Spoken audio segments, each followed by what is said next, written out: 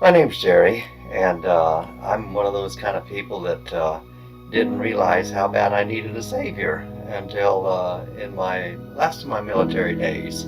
I kind of got into to run around with some guys who unfortunately were too much like me, and their pattern was kind of drinking and partying and carrying on like that a little bit. And I started kind of doing that, and then after I got out of the service, I actually went to work on the same base that I had been stationed on, Air Base in Alaska. And a lot of long winters with boring nights and not much to do, and so head down to the bar and just kind of visit with the guys a little bit, get to drinking a little bit, and I realized after a while that I was kind of going on binges, you might say. I was just kind of overdosing, and I wasn't very nice, and I did things later. Sometimes I remembered and felt bad about it, and sometimes I didn't feel bad until someone reminded me of what I did that I'd forgotten and hadn't realized, and so it wasn't a good deal going on.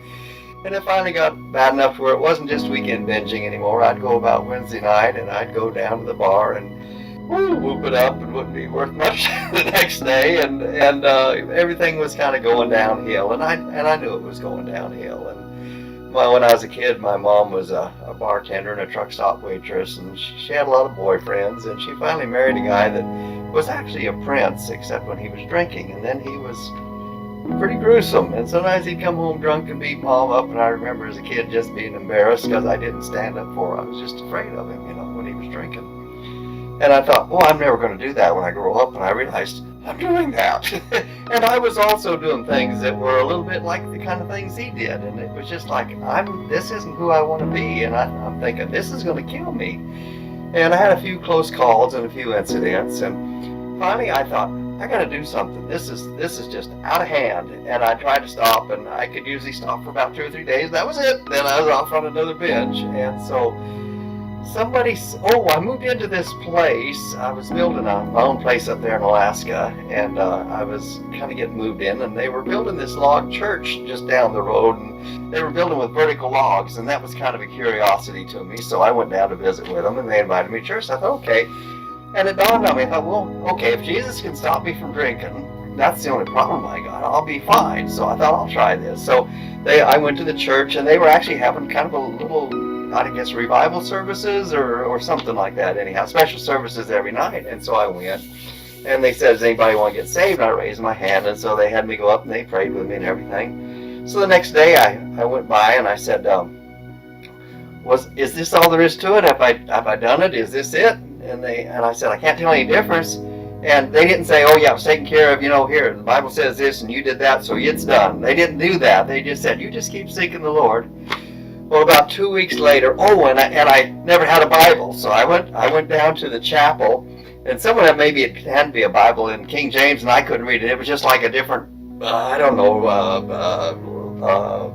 some kind of a dialect that just I couldn't quite get all the words, And down at the chapel, they had these little Good News for Modern Men, New Testaments, and I'd get a couple, and over several weeks' time there, I'd go back and get another one, and they'd say, what are you doing? And I'd pull mine out of my pocket. It had a rubber band wrapped around it because the pages had fallen out, and I was a locksmith there on the base, and so I'd go on a job and had to call a cab, and then I'd go up, and when I get finished with my job, I could read a little bit till the cab came, and same way with going, to another job.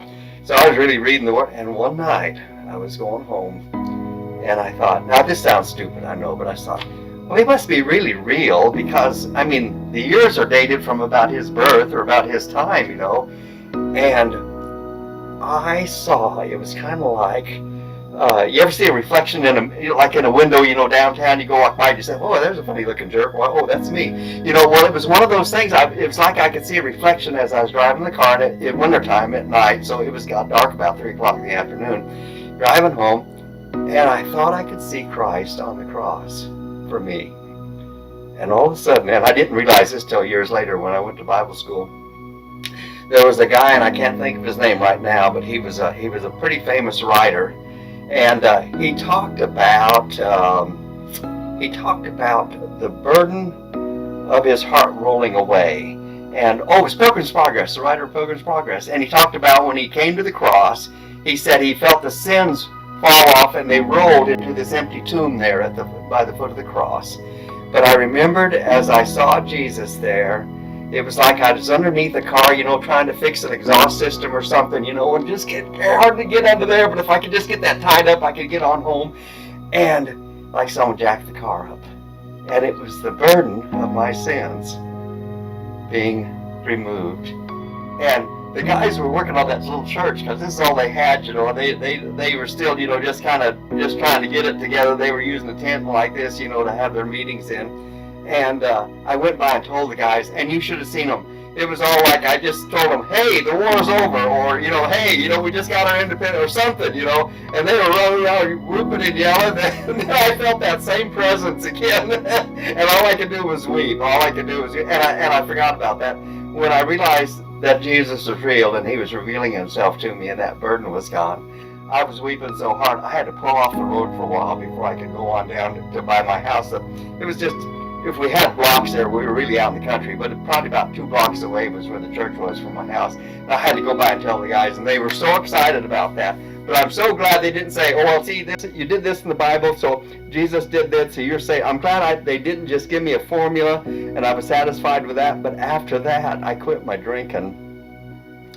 And I remember some of the guys coming around one Saturday night. They said, hey, guys, you want to go down to the so-and-so place, I said, no.